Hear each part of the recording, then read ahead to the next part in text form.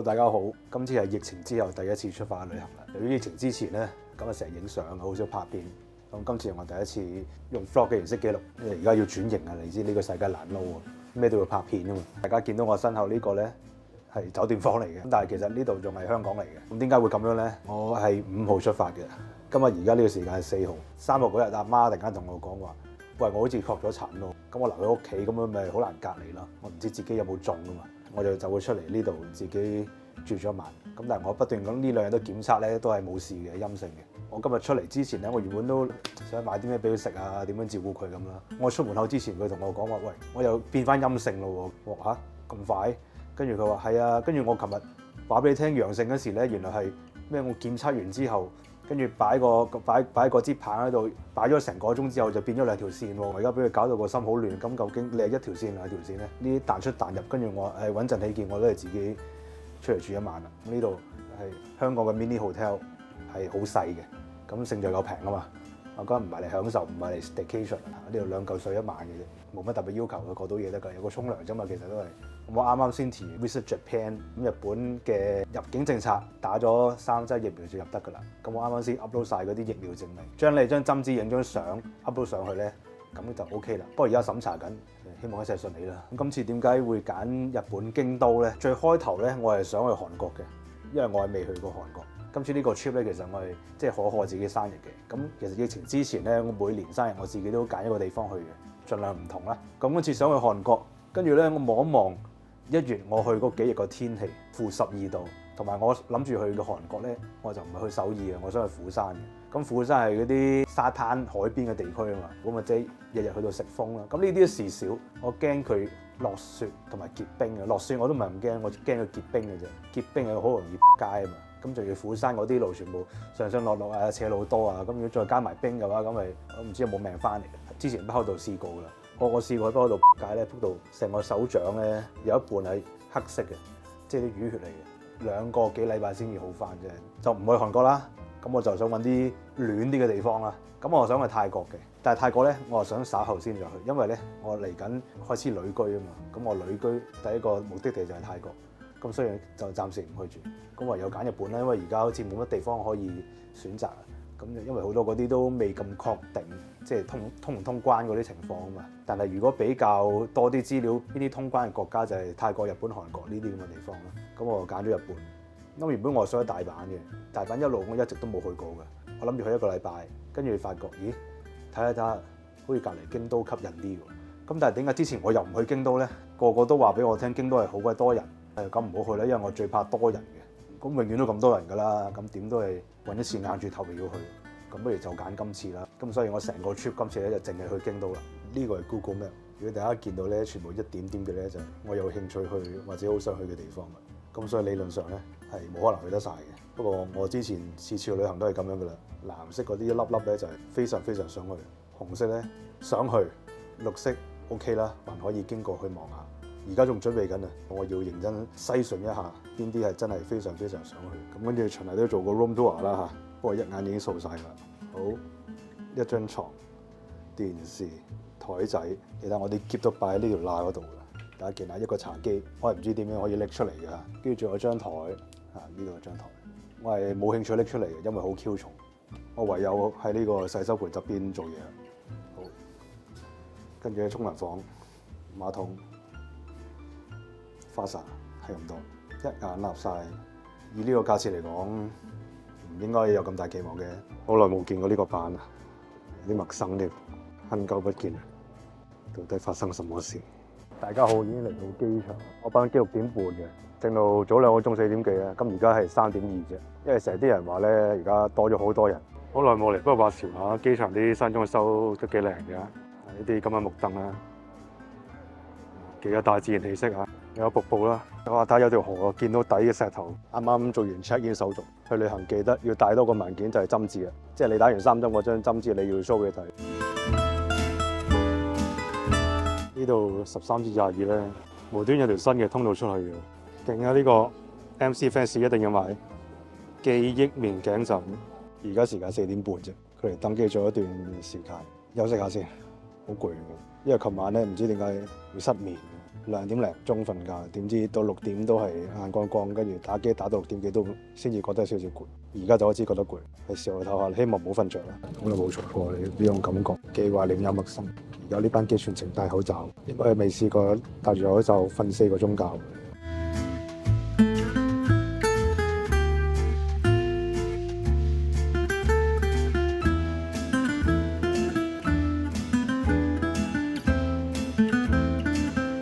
搞掂晒啲手續出咗境啦，一切比我想象中都係 easy 嘅，即係冇乜特別嘢嘅嚇。總之上機之前喺上網搞掂晒啲入境手續咁就得㗎。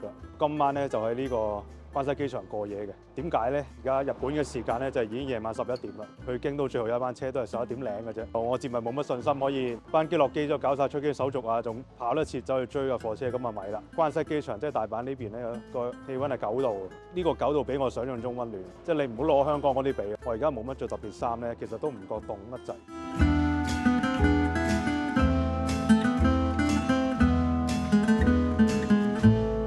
呢個就係我嘅 room tour， 要好細聲，有呢度好靜啊！冇錯啦，係嘉樂酒店啊。咁我 room tour 就唔喺間 room 嗰度做啦，我要出翻嚟呢個大廳 common room 嗰度。喺日本嘅嘉樂酒店咧，出名咧係非常非常之靜。check in 之後咧都講明喺入邊係唔俾講電話嘅。咁但係偏偏又有個電視喎，呢個就我唔係幾明啊！我都住過好幾次嘉樂酒店嘅，我咁睇個感覺應該係幾舒服嘅。可能你有人會問，點解我無啦啦要嚟到機場住1晚先至去京都咧？咁點解唔搭朝早班機咧？班機咧係有早午晚3班嘅，搭夜晚嗰班係最平。如果搭早一班，早2-3個鐘咧就多1000蚊。有數得計，我喺呢度住1晚咧都係講緊300蚊嘅，就係咁解啦。我而家出去買啲茶，跟住沖完涼都瞓覺啦。今日係咁多先，聽日晨早起身再同大家匯報。大家早晨，一朝早就起身，你趕去唔係東京，趕去京都啦嚇。而家只係朝早6點嘅啫，啱啱已經攞咗關西機場去京都嘅車票，原來係非常之簡單，有好多方法嘅。呢個 ticket office 可以買飛啦，之前就上 Klook 啊 ，Klook。唔係 Klook 啊 ，Klook 喺上面買呢個叫 Haruka Express， 最快嘅車由關西機場去京都嘅，都唔使走去攞飛嘅。原來走去呢啲咁嘅機嗰度咧，有個 QR code scan 咗落去，擺埋 passport， 即刻攞飛。唔該晒 Klook， 大家記得用。而家去上車先，我已經好高速咁嚟到月台啦。咁我發覺咧自己係好傻仔嘅。我琴晚住嘅酒店同呢個攞車票同埋落嚟呢個月台咧，其實都唔到10分鐘嘅距離。我攞完車飛落到嚟都唔使3分鐘嘅，唔使預咁多時間啊！因為真係好鬼近嘅啫，食下西北風先咯。咁早到好過遲到嘅。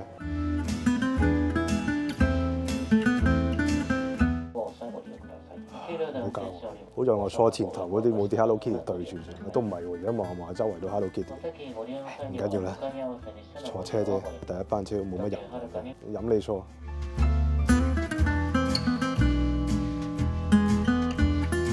經過咗大概1個鐘9個字嘅車程，嚟到咗京都站就終於由天黑去到天光啊，真係好癲！而家去酒店先，到啦，搭咗10零分鐘地鐵喺酒店擺低嘢先。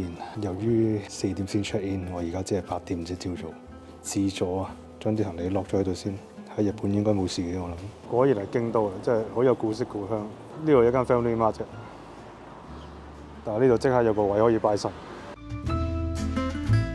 中國茶專門店有鐵觀音，但係偏偏擺咗呢隻嘢喺度，喂，應該幾10年前嘅事嚟嘅。頭10零分鐘行街咧，我發覺京都真係有個通嘅，啲木啊新木式嘅建築物咧，真係通街都係。而家嚟到一間我感覺懷舊少少嘅咖啡，講嘢好細聲咁樣，真係好靜嘅。但係呢度好得意嘅，嗰啲凳咧全部都係好矮嘅。上網啲人話你好似燒賣人咁，而家仲係好早啊，簡單食少少嘢嘅啫。我啱啱又叫咗個玉子三文治，即係雞蛋啦。呢度1件，我嗌半份，但係有4件呢個三文治，好在冇嗌全份啫，唔知食唔食得晒。試下先。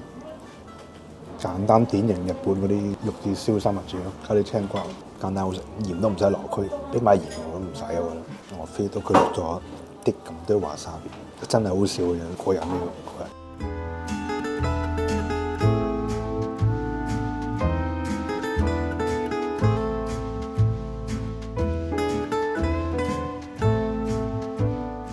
而家嚟第一個京都嘅古蹟啦，呢個叫二條城。點解我第一個嚟呢度咧？就係好近我酒店，幾步路嗰度。我就咁見係幾靚嘅，加咗好多金同木嘅元素落去。我身後呢個咧就叫二之院御殿啊，喺二條城入邊嘅。我啱啱就行完啦，行完之後我已經嘩然嘅，因為實在太靚。又係 show 翻我去過日本嘅城堡啊、古蹟啊裏面，我暫時已經入咗我3級。佢無論天花板啊、所有嘅牆壁啊嗰啲畫咧，佢用金色，佢用得係非常之精彩，一啲都唔會靚，係有豪華、有氣勢嘅感覺嘅。但係好遺憾，入邊咧係唔俾影相嘅，所以咧大家一定要親身嚟睇睇。歷史咧呢度發生咗一個叫大政奉還，對於日本嘅歷史嚟講咧係非常之重要嘅。呢個係日本嘅國寶之一嚟，我高度推介，千祈唔好錯過。買入場券嗰時咧，大家記得啊，佢係分2個票價嘅，你買平呢個咧係冇得入嚟嘅，記得買成個套餐嚇，買晒佢。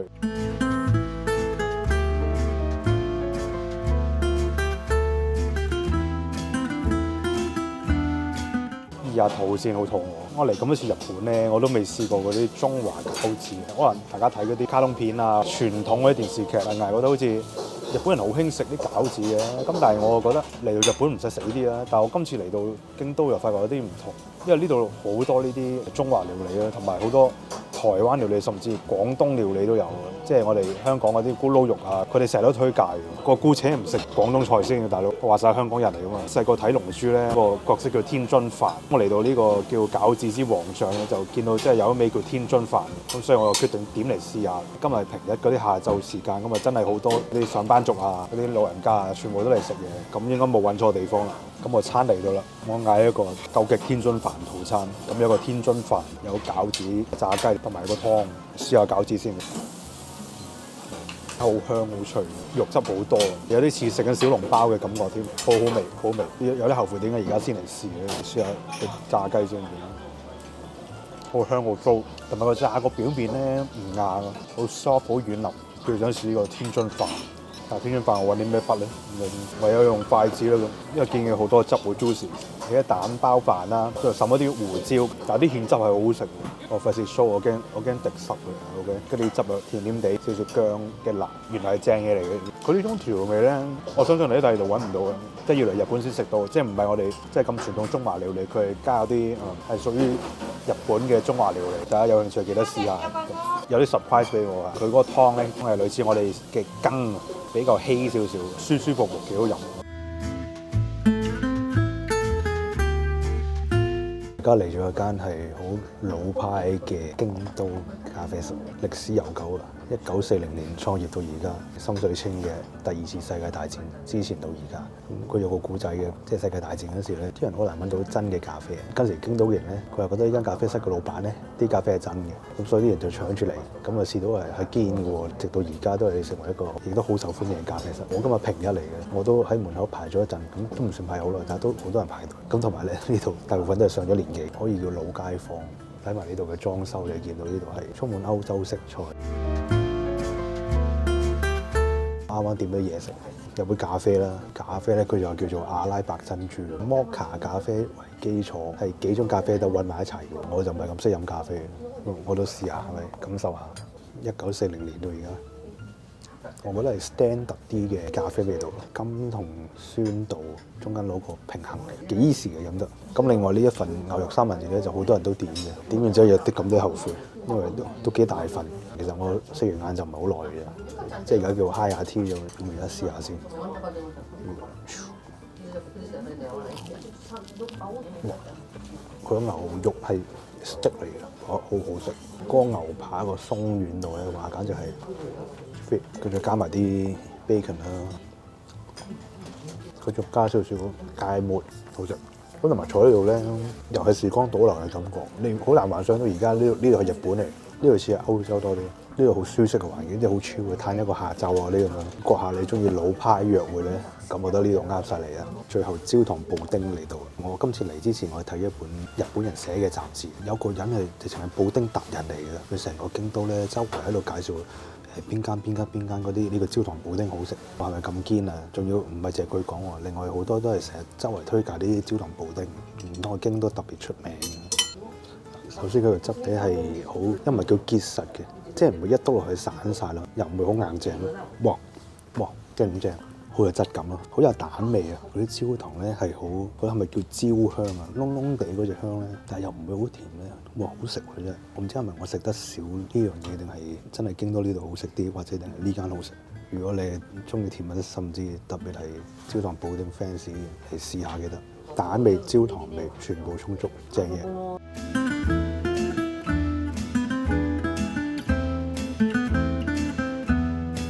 呢個叫六角堂，佢係以插花為主喎，但係我嚟到又唔多覺，可能佢有搞插花活動都唔知啊。但係個感覺係幾正幾靚，簡簡單單啊！鬧市嘅中心嚟嘅，又冇乜人，咁啊幾爽。有啲特別嘅，平時咧喺嗰啲寺廟神社咧，你求完啲籤，佢通常會有塊板咁俾你掛晒喺度噶嘛。咁呢度就唔係掛喺個塊板度。而家冬天枯咗嗰啲樹枝咧，籤就掛晒喺嗰度，呢度幾得意啊！我而家翻嚟酒店先啦，我實在太攰啦，我要翻嚟 check in。今朝酒店同我講要下晝4點先有 check in，所以等到而家先翻嚟。咁我而家入去先。佢呢個入房方式都幾新潮嘅，佢純粹俾晒所有房嘅資料我，跟住有埋房號碼、門密碼，咁就入得啦。我覺得咁樣入嚟幾好嘅，咁啊唔使驚唔記得帶房卡或者漏房卡啦。咁而家嚟個簡單而隆重嘅 room tour 先。好，一入嚟，好呢度張床。OK，that's all。電視機、窗簾、廢話、茶杯、鏡、紙巾、口罩我嘅行李、衣架。OK， 沖涼房應該有嘅都盡有。OK， 就係咁多啦。睇完個 room tour，我相信大家喺度緊㗎啦。咁但係如果話俾你聽，呢間房一日只需要87蚊嘅話咧，你嘅投訴應該會減低。窮遊啊，大佬！我今次嚟成個禮拜，日日都貴嘅話，頂唔住啊！周圍有咁多嘢食，咁多嘢玩，到都使錢，呢啲慳就慳啦，瞓到就得㗎啦。以我住過嘅平價酒店嚟講咧，呢度係算係好舒服同埋好大㗎啦。雖然你望落好細，但係我住過一啲更加細嘅，又雖然都係咁上下價錢，同埋記住大家呢度叫京都喎，京都旅遊熱點嚟㗎嘛。竟然呢個時候仲可以用咁嘅價錢可以住到已經好好啦，唔使住 hostel 嗰啲咧，同人 share 浴室啊，我覺得已經好好啦。我唔知係咪疫情係關係定咩啦，我唔覺得會咁平。呢度住最多日子噶啦，咁沙海有一晚就會住好啲嘅，到時再開箱俾大家睇啦。而家我瞓一瞓先，真係好辛苦，我連續2晚都瞓得唔好，對上2日加埋都瞓到應該唔夠5個鐘定6個鐘，而家要補一補眠先，好辛苦。啱啱休息完之後咧，又做咗一件冇乜幾可會做嘅嘢，就係搭的士 call Uber。價錢還可接受啦，但係我只會做一次嘅啫。點解咧？因為我趕住去租架單車。經過今日一日嘅行程之後，發覺咧行路係唔掂，搭車都唔掂，好多時都去唔到我想去嘅地方。租單車鋪未收工之前，快啲去租單車搏一搏，搭一程的士啊，比我想象中平嘅，約莫10分鐘車程1800 yen。OK， 用 Uber call 就得嘅原來。趕得切尾湖租一架單車，係啦，就呢架單車。嚟緊1個禮拜靠佢啦，租4700yen，租1個禮拜嘅。上網啲人咧成日都話租架電動嘅單車好，一入去問老闆，佢話我話冇，我哋冇電動單車啊，咁都頂硬上啦。有個又要等巴士又等地鐵啊嗰啲，咁即係等到天光都未去到，頂硬上啦。人哋京都人都唔使電動單車，點解我都得啩？大家可以認住，我啲感覺復活咗啦，好爽啊！有翻架單車，俾大家睇睇個單車先。其實就好簡單嘅啫，一架單車。可以轉波啦呢度，咁我問佢上車落車得唔得？咁啊，佢話用呢架咪得咯，冇轉波咧就平啲嘅，咁但係冇可能啦，要上車啊嘛。咁大家認住呢間啦 ，Bicycle Rental and Musica 係啦，應該咁拼嘅。OK， 老闆好相遇嘅。啱啱試踩咗段路，好爽。喺京都泊車咧，記得要揾停車場啊，唔可以亂咁泊㗎，如果咪俾人抬走架車嘅。而家坐低食啲嘢，隔離都有個停車場，頭120分鐘唔使錢，唔錯唔錯。而家食嘢先，我而家嚟 Sukiya 牛檔。點解咁求其咧？今日食啲快餐，因為我聽朝打算好早起身，咁同埋今日都幾攰，所以求其食啲嘢翻去早啲瞓覺。我見到一個好得意嘅嘢，咁我試下點啦。佢叫白髮，有2個字蚊嘅咗咩？牛檔咁白髮原來就係代表葱絲，佢而家極速間已經到咗。呢啲葱絲，睇唔睇到？我中意食日本啲葱，咁而家夾落到牛檔度好食啊！食完又再踩單車翻屋企。今日嘅行程基本上完結啦。今日行動力不足啊，所以都唔係去咗好多地方，都有買少少嘢嘅。好多人上網嗰啲都係興 show 下自己啲戰利品啊嘛。人哋係臨尾先至 show 一次，咁我每日 show 一次啦。不過其實今日買好少嘢啫。呢個應該好多女士都知啦，止痛藥。上網話呢隻牌子 OK 嘅，每人係買5盒藥。你知而家呢期要搶呢啲噶嘛，唔好買咁多啦嚇。我係好守規矩嘅。我買嚟做咩咧？咁好明顯啦。我翻到香港嗰時咧，我哋偉大祖國嘅同胞咧，就開始嚟熱烈歡迎我哋啦。所以咧我就買定啲翻去，佢哋有咩需要咧我就幫一幫佢哋，守望相助。咁同時幫我自己同屋企人，但係我買2盒嘅啫，希望夠幫啦嚇。呢支咧我經過 Family Mart，我覺得好靚啊！呢支茶好似喺第度冇見過嘅，喺京都 Kyoto Blend 唔同嘅茶葉溝埋一齊整嘅茶，好想試下，因為唔知點解我覺得日本啲茶咧係非常之好飲嘅。喺香港譬如去當期買咧都飲唔翻嗰隻味。我琴日落到機場咧，求其喺 Family Mart 買是但一支咧，都已經覺得好好飲，因為佢煎過嗰隻茶咧好好飲。我睇下呢支係咩料先，佢整到好似成支 whisky 咁樣，我覺得好靚，一陣間試下。咁但係同時間咧，我經過超級市場咧，見到一支又係佢話京都限定嘅茶咯。因為呢兩支咧，我喺其他地方都冇見過，個 size 爭好遠，但係價錢咧呢個貴呢個1倍，即係呢個一支等於佢2支嘅。但係睇翻個容量就一定唔係2支嘅。希望呢支係堅啲啦。當我買咗呢支嗰時咧，我喺酒店嗰個房間嗰度咧有呢個茶包係一模一樣嘅，同一間廠嘅。咁呢個就係唔睇清楚間房有啲咩就衝出街嘅傻仔就會做嘅嘢啦。呢個咧就純粹經過超級市場買嘅啫。我喺香港食過好好食嘅，呢個係鹽同牛油嘅味道，有少少焦糖。呢個唔使試啦嚇，試唔到效果嘅，暫時試咗呢個先。呢個好期待，呢個希望好飲。冇我想象中咁好啊！呢個佢唔係有煎嗰陣香味嘅，但係你會 feel 到真係有幾種唔同嘅茶味喺入邊。跟住呢個好明顯綠茶味啦。你平時食綠茶嗰啲甜品咧，嗰隻綠茶味就有啦，明顯嘅仲要。咁如果咁拼落，好似我自己個人中意呢隻多啲喎，呢隻抵好多仲要。呢隻味係唔係咁多機會你會遇到咯？跟住呢個啦，呢個宵夜百力滋配茶。